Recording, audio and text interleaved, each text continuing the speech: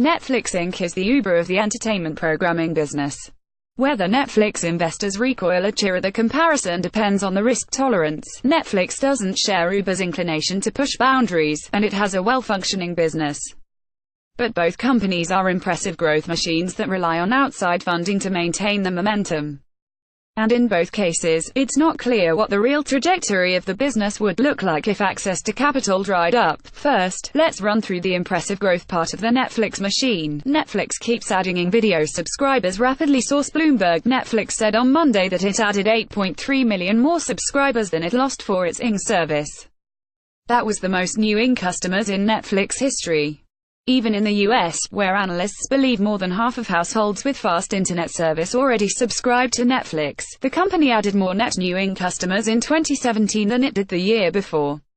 The continued pace of customer additions validates both Netflix's recent decision to raise prices on many subscribers in the US, and to go all in on a globalization strategy the company unveiled 2 years ago. But just like at Uber, growth comes at a cost for Netflix.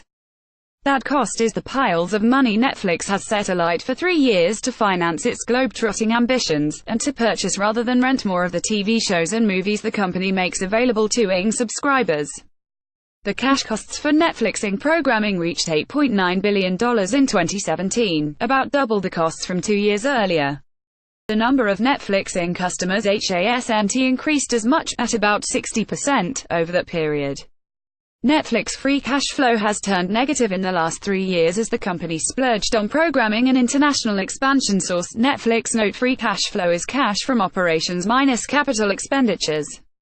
Netflix also said its free cash flow would widen to as much as negative $4 billion in 2018, compared with an already stunning negative $2 billion in 2017. Netflix has already been clear it won't generate positive cash flow for years as it tries to become the preferred entertainment source for the world, and one that has profitable economics.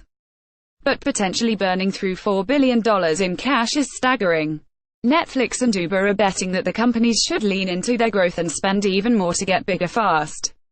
It could turn out to be a stellar bet, or fail spectacularly. Netflix's strategy means two things: the company must keep churning out shows compelling enough to persuade more people to subscribe, and it needs to be able to continue borrowing money at low cost to finance its losses. So far, Netflix stock and debt investors aren't worried. Netflix bonds due in 2026 have been trading just below 100 cents on the dollar. Netflix shares shot up about 9% in after-hours trading after the company released its financial results. Already the company's enterprise value is more than 50 times estimated 2018 earnings excluding interest, taxes, depreciation, amortization and employee stock compensation costs. Those are not characteristics indicating signs of worry. It's hard to find fault with Netflix execution or its track record. The company is making a rational decision to splurge while it can and borrow money while it's cheap. But no one knows what Netflix looks like in normal funding times. What happens if the debt market isn't as compliant in coming years? The Netflix growth machine suddenly looks less like a sure thing. I'd call it a roller coaster ride, but at least roller coasters tend to follow a predictable trajectory and wind up exactly where they started.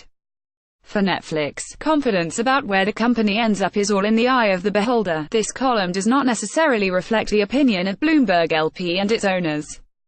To contact the author of this story, Shira or Ovid in New York at soviday@bloomberg.net, or contact the editor responsible for this story, Daniel Nemi at danemi1@bloomberg.net.